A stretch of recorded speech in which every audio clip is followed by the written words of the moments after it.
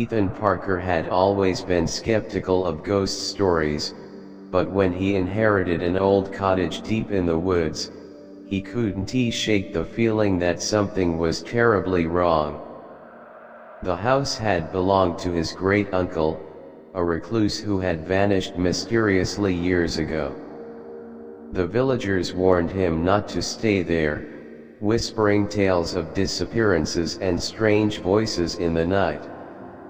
Ethan, ever the rationalist, dismissed their fears as mere superstition and decided to spend a weekend in the cottage to prove there was nothing to be afraid of. The first night was uneventful, save for the unsettling silence that blanketed the forest. No crickets, no rustling leaves, just an oppressive stillness that made Ethan's skin crawl. As he settled into bed, he heard a faint scratching sound coming from the walls. Mice, he thought. He made a mental note to set traps in the morning and drifted off to sleep. A loud bang jolted him awake. His heart pounded as he reached for his phone, only to find the battery drained. The room was eerily dark, and a chilling draft curled around him like unseen fingers. He grabbed a flashlight and crept toward the source of the noise, the front door. It was wide open, though he was certain he had locked it. Stepping outside, he scanned the porch, but there was no sign of movement. Just as he turned back inside, he noticed something odd: faint footprints in the dirt, leading away from the house but stopping abruptly as if their owner had vanished into thin air. Shaken, he bolted the door and returned to bed, forcing himself to dismiss the incident as a trick of the mind. But sleep would not come easily. A whisper, soft and urgent, echoed through the room. "Leave now, before it's too late." Ethan's breath hitched. He swung the flashlight around, but the room was empty. The whispering continued, growing more desperate. He scrambled out of bed and turned on the main light, but just as the bulb flickered to life, the whispering stopped.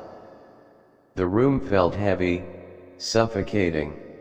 Determined to get to the bottom of the mystery, Ethan spent the next day exploring the cottage.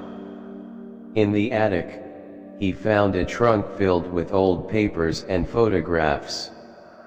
One picture made his blood run cold: a family portrait, with his great-uncle standing among a group of people whose faces had been scratched out. Beneath the photo was a note in shaky handwriting: "They took him. They'll take you too." A sudden thud echoed from below.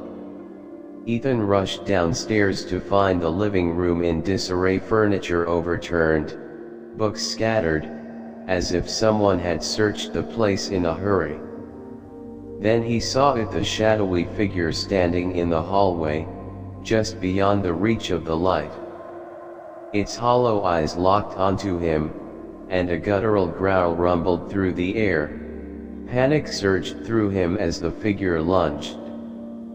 Ethan stumbled backward, grabbing the first thing he could, a rusted fire poker. He swung wildly, but the figure melted into the shadows. The lights flickered, and a bone-chilling scream pierced the air. Something was in this house with him. Heart pounding, he fled outside, only to find the footprints from the night before. But this time, they were leading toward him. He turned to run, but the air thickened, his limbs growing heavy as if unseen hands were dragging him back. The whisper returned, now a chorus of voices crying out in agony. The last thing he saw before the darkness swallowed him was his great-uncle's face in the window, eyes wide with terror. When the villagers arrived the next morning, the cottage was silent. No sign of Ethan, no footprints, nothing out of place. Just the eerie stillness that had always surrounded the cursed house. And in the attic, the family portrait remained, now with another face scratched out.